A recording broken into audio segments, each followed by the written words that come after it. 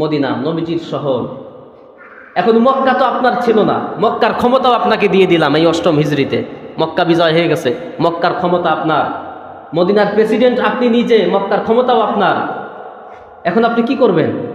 এই ক্ষমতা পেয়ে আমরা তো অনেকেই দেশেহারা হয়ে যাই, মানে অনেকে পাগলা কুত্তায় কামড়ালে যা হয় এরকম অবস্থা হয়ে যায়। মানে কি করবে, কাকে কি বলবে, আর কাকে ধরবে, কাকে মারবে, কাকে কাটবে, পাগল হয়ে যায়, ছন্ন ছাড়া হয়ে যায়। কিন্তু আল্লাহ কি বলছেন দেখেন, নবীকে বলছেন। নবীকে বলার অর্থ সমস্ত উম্মতে মুহাম্মাদি শুধু নয়, সমস্ত দুনিয়াবাসীদেরকে বলা, শুধু নবীর একাকে নয়। যে ক্ষমতা পেলে তখন কি করবে?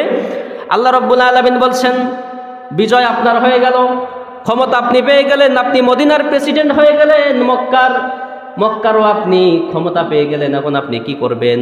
ফাসাব্বিহ বিহামদি রাব্বিকা ওয়াস্তাগফির। এখন আপনি খুব উল্লাসে, মানে আনন্দে আখ্যান হয়ে পড়বেন না। এখন আপনার কর্তব্য হলো, আমল হলো ফাসাব্বিহ, আপনার রবের নামে তাসবিহ করেন। কি করেন? তাসবিহ করেন। বিহামদি রাব্বিকা ওয়াস্তাগফির, আপনার রবের প্রশংসা সহ তার তাসবিহ তাহলিল করেন, আল্লাহর গুণকীর্তন করেন, আর আল্লাহর কাছে ইস্তেগফার করেন, ক্ষমা চান। এই ক্ষমার অর্থ কি? এ ব্যাপক আলোচনা। যে নবীজি ক্ষমা চাইবেন কেন? নবীকে অপরাধ করছেন না, এইসব না। শুধু অপরাধ করলেই যে ক্ষমা চাইবে এরকমটা কিছু না।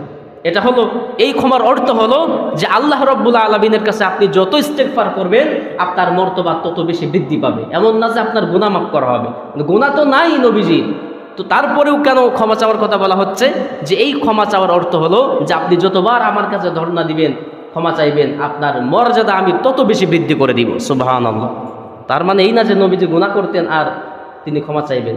তো এখন বিষয়টা হলো, যেটা বলতে চাচ্ছি, যে বিজয় যখন চলে আসবে, স্বাধীনতা যখন মানুষ পাবে, তখন তোমার কর্ম কি হবে? আল্লাহ রাব্বুল আলামিন বলছেন, ফাসাব্বিহ বিহামদি রাব্বিকা, আপনার রবের তাসবিহ করবেন, তাহলিল করবেন, তাকবীর করবেন, তার প্রশংসা করবেন, আর আল্লাহর কাছে ইস্তেগফার করবেন।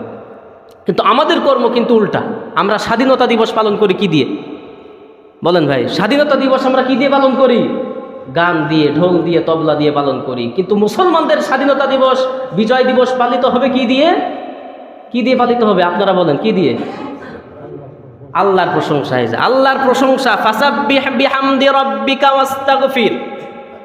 এই সূরা মুখস্থ নাই এরকম কোনো নামাজি মুসল্লি এখানে অংশ নাই। বাচ্চারা থাকতে পারে, কিন্তু যারা নিয়মিত নামাজ পড়েন সবার এই সূরাটা মুখস্থ আছে। বাড়িতে গিয়ে বাংলা অ্যাপসে হোক, বাংলা কোরআন হোক, তরজমা বের করে দেখেন। সূরা নসর কি বলা হচ্ছে? স্বাধীন